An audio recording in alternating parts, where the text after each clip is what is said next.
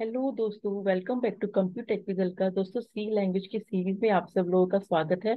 आज हम हमारा नेक्स्ट टॉपिक स्टार्ट करेंगे जिसका नाम है स्ट्रक्चर। और साथ ही साथ आज हम इसके साथ एक टॉपिक और कवर करेंगे जिसका नाम है यूनियन। ठीक है। तो पहले हम स्ट्रक्चर को समझेंगे। यूनियन में बेसिक स्ट्रक्चर और यूनियन में बेसिक सा डिफरेंस है, जिसके थ्रू आपका यूनियन का टॉपिक भी कवर हो जाएगा। तो पहले हम समझते हैं स्ट्रक्चर क्या होते हैं। दोस्तों, हमने एरे में देखा था, एरे क्या रहता है? Collection of similar data type element. बस स्ट्रक्चर में यहाँ पर यही डिफरेंस है। एरे सिमिलर डेटा टाइप का कॉम्बिनेशन था, कलेक्शन था, जबकि स्ट्रक्चर क्या है?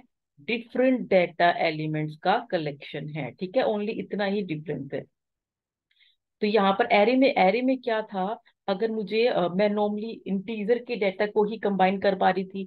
अब स्ट्रक्चर में मैं इंटीजर, फ्लोट, कैर तीनों को कंबाइन कर पा रही हूँ with the help of structure. अब दोस्तों, क्वेश्चन ये आता है कि स्ट्रक्चर की हमें नीड क्या होती है। दोस्तों, जैसे कि एक स्टूडेंट का डेटा है, तो स्टूडेंट के डेटा में उसका नेम भी आएगा, उसकी क्लास भी आएगी, उसका सेक्शन भी आएगा, उसका रोल नंबर भी आएगा।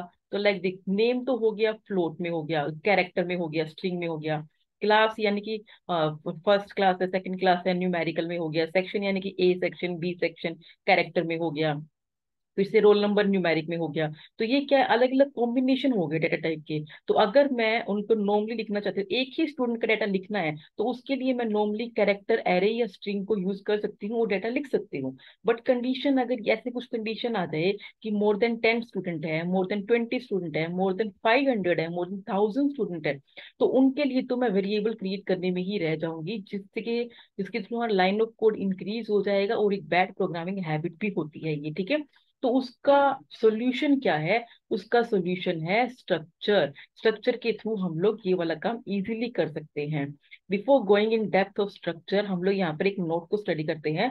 आप स्ट्रक्चर को इनसाइड एंड आउटसाइड मेन दोनों जगह लिख सकते हो, इवन यूनियन को भी। ठीक है। बट क्लासेस जो सी प्लस प्लस में हम आगे यूज करेंगे, उसको हमेशा आउटसाइड द मेन ही लिखा जाता है। अब स्ट्रक्चर एलिमेंट्स जो होते हैं उनको एक्सेस करने का वे क्या है? With the help of dot operator आप एक्सेस करोगे स्ट्रक्चर वेरिएबल्स को। ठीक है। और दूसरा आता है पॉइंटर को अगर एक्सेस करना है, तो पॉइंटर के लिए आप एरो का यूज करोगे, लाइक दिस। ठीक है, तो ये आप यूज करोगे। अब हम यहाँ पर देखते हैं स्ट्रक्चर को क्रिएट कैसे करते हैं, इसका सिंटेक्स क्या है, पहले हम वो स्टडी करेंगे। ठीक है।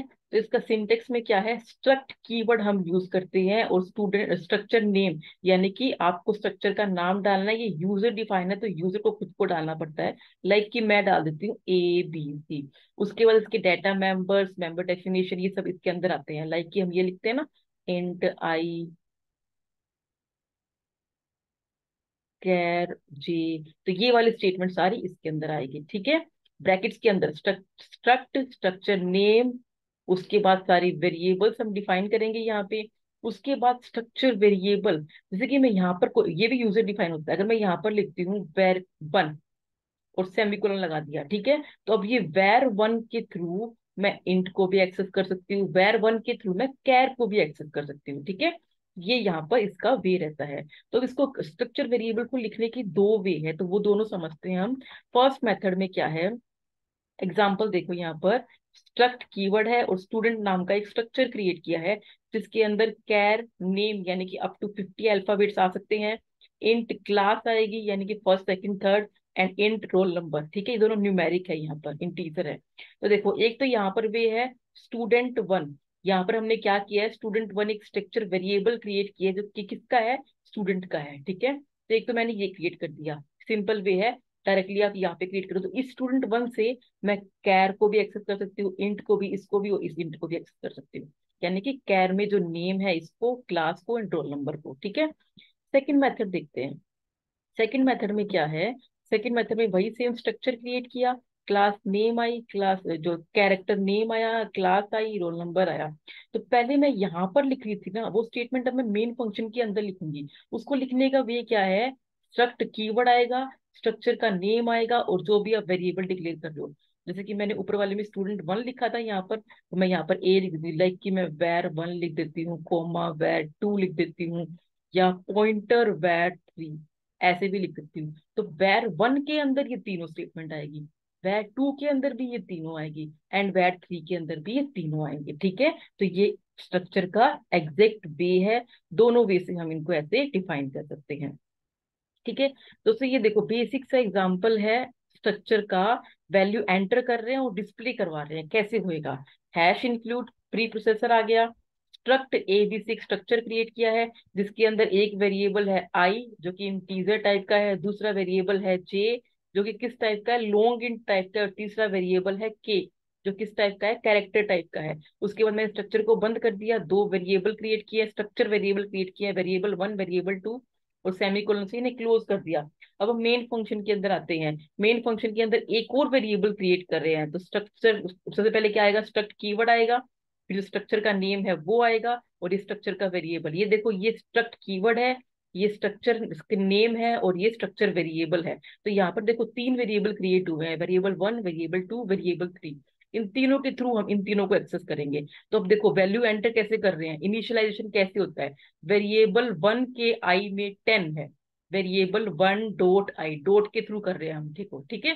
Variable one dot I is equal to 10, variable one dot I क्या आ गया, इसके अंदर 10 आ चुका है। Variable one dot J, variable one के ही जे में भी क्या हम डाल देते हैं, 20 डाल देते हैं।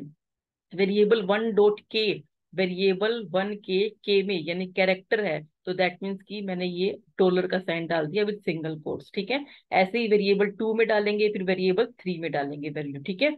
उसके बाद सपोज मुझे प्रिंट करवाना है, प्रिंट करवाने के लिए percent D variable one dot आई को प्रिंट करवाना, जो मैंने स्टेटमेंट यहाँ लिखी है ना वही से अंदर प्रिंटर की स्टेटमेंट लिख, वेरिएबल वन डॉट आई को प्रिंट करवाएंगे तो आउटपुट आ जाएगा 10।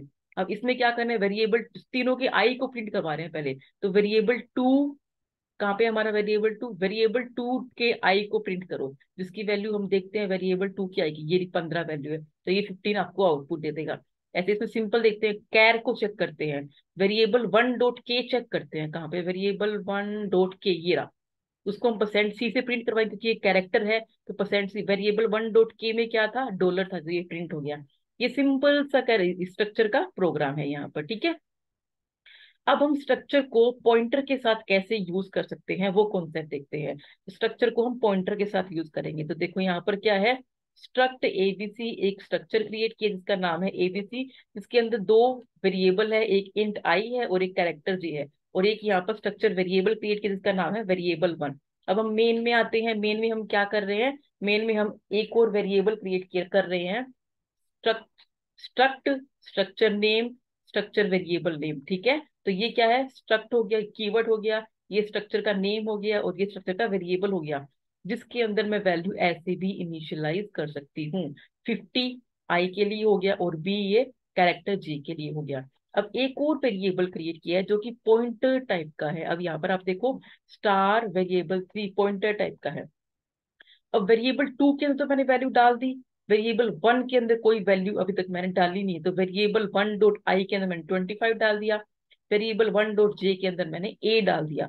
अब वेरिएबल थ्री के लिए मैंने क्या किया, एड्रेस ऑफ वेरिएबल वन को डाल दिया, यानी कि वेरिएबल वन का एड्रेस वेरिएबल थ्री में आ चुका है। जब भी मैं with the help of pointer या कैसे भी इनको इसके थ्रू एक्सेस करूंगी तो मेरा डाटा वेरिएबल वन वाला डाटा वेरिएबल थ्री में आ जाएगा, ठीक है। अब देखो प्रिंटफ के through percent D variable three arrow I, variable three के आई को प्रिंट करवाओ, ये है आई यहाँ पर देखो, तो ये 25 प्रिंट कर देगा, ठीक है। वेरिएबल थ्री के जे को प्रिंट करवाओ तो ये ए को प्रिंट कर देगा, सिंपल है, क्योंकि डायरेक्टली आई को पॉइंट कर रहा है। वेरिएबल थ्री किसको पॉइंट कर रहा है, वेरिएबल वन को पॉइंट कर रहा है, ठीक है। अब वेरिएबल थ्री के अंदर वेरिएबल टू का सारा डाटा आएगा, देखो एड्रेस ऑफ वेरिएबल टू का। तो वेरिएबल टू को प्रिंट करवाओ या वेरिएबल थ्री को, वेरिएबल टू को प्रिंट करवा रहे हो तो डायरेक्टली डॉट से प्रिंट करवाओगे, बट वेरिएबल थ्री को एरो से प्रिंट करवाओ, क्योंकि यहाँ पर हम लोग क्या कर रहे हैं, पॉइंटर को यूज कर रहे हैं, और आउटपुट आपका यहाँ पर डिस्प्ले हो रहा है, ठीक है। दोस्तों ये आपका टॉपिक इतना क्लियर हो चुका है। अब हम यहाँ पर एक बेसिक देखते हैं, जैसे कि मैंने स्ट्रक्चर का एग्जांपल लिया यहाँ पर।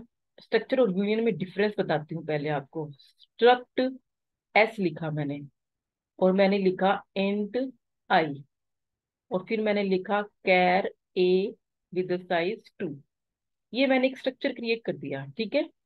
अब मैं एक यूनियन क्रिएट कर रही हूँ, उसके लिए हमारा कीवर्ड है यूनियन यू। अब इंट आई, वही सेम कैर ए थ्री, ठीक है, इसमें साइज मैंने थ्री लिया है।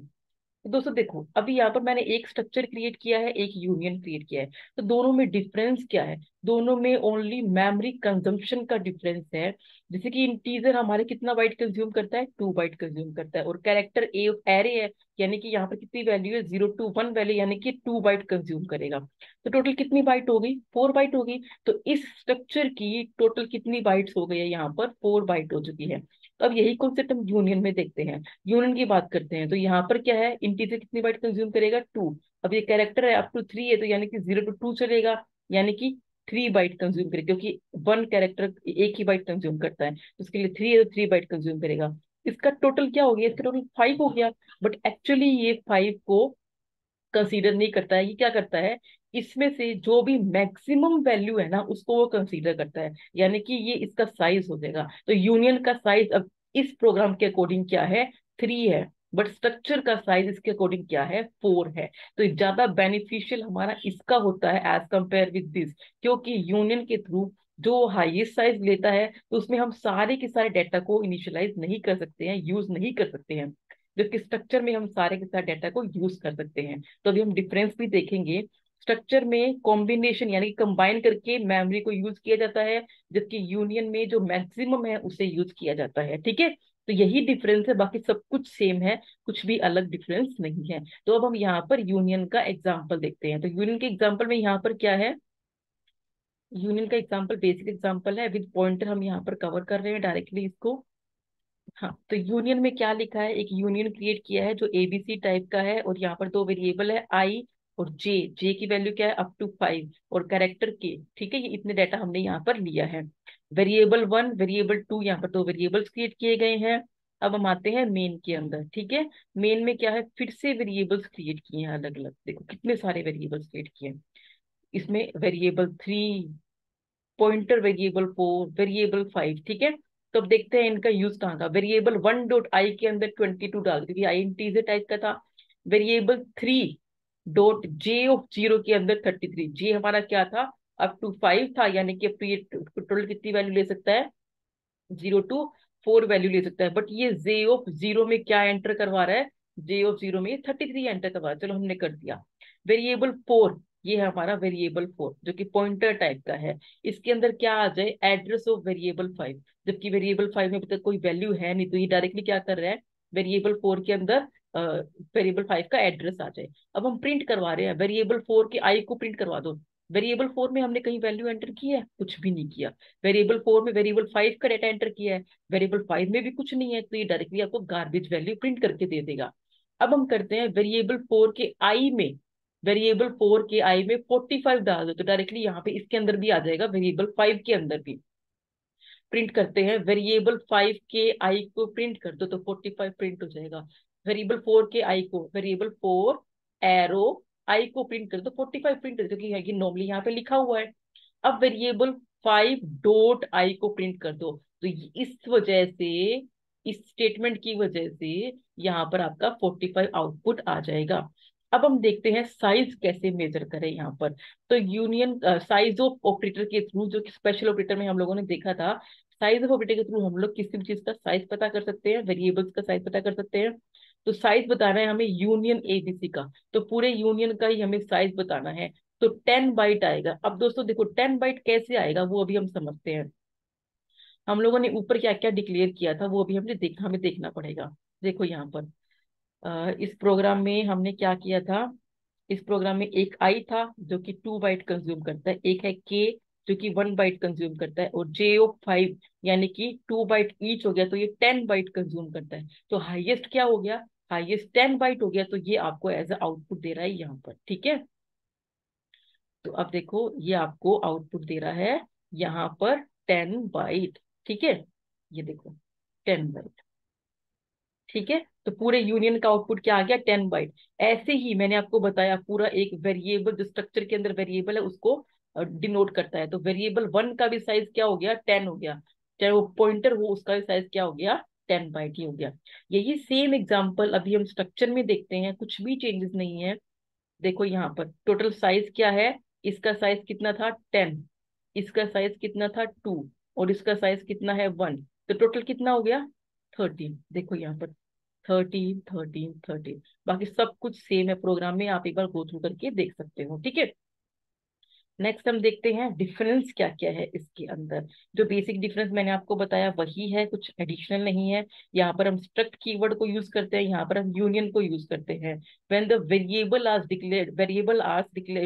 Declared in structure, the compiler allocates memory to each variable. यानी कि इसमें क्या रहता है, हर एक वेरिएबल को मेमोरी अलोकेट करता है, और इक्वली वो जो जो साइज होता है उसके अकॉर्डिंग हम उनको यूज कर सकते हैं और सबको यूज कर सकते हैं। जबकि इसमें क्या रहता है, अलोकेट करता है, लार्जर साइज को पकड़ता है, और size of a union equal to that size only. जो लार्जर साइज होता है उसके ही वो इक्वल होता है यूनियन का size. Each variable member occupy a unique memory occupy करते हैं हर एक मेंबर। और इसमें क्या रहता है, जो लार्जर साइज होता है उसी को हम पकड़ के चलते हैं। Changing the value of a member will not affect other variables. तो अगर मैं वैल्यू चेंज करती हूँ किसी वेरिएबल की, तो ये कोई इफेक्ट नहीं पड़ेगा, बट इसके ऊपर इफेक्ट पड़ेगा, क्योंकि ये मेमोरी का इसमें यहाँ पर इश्यू आता है। Each variable member will be access, same time पे हम एट ए टाइम एक्सेस कर सकते हैं सबको, बट इसमें हम नहीं कर सकते, ओनली एक ही मेंबर को एक्सेस कर सकते हैं। The structure allows initialisation multiple variable member at once. तो इसमें अगर हमने एक बार इनिशियलाइज करे तो वो काम चल जाएगा, बट इसमें क्या रहता है, only one variable member at once. यानी कि इसमें हम सबको कर सकते हैं, इसमें ओनली सिंगल वेरिएबल को ही हम कर पाएंगे। It is use to store different data type values. Different data type values को हम स्टोर करने के लिए इसको यूज कर सकते हैं। It is use for storing one at a time. यहाँ पर यानी कि सारा काम वन एट ए टाइम होएगा, बस simple. It allows accessing and retrieving any data member at any time. और यहाँ पर क्या होएगा, one data member at any time, ठीक है, यही डिफरेंस है। तो ये था पूरा स्ट्रक्चर एंड यूनियन का कॉन्सेप्ट। आपको मैंने यहाँ पर जो भी एग्जांपल्स दिए हैं तो वो भी आप करके देखना। स्टिल आपको कोई डाउट रहता है तो आप मुझसे बात कर सकते हैं। Thank you.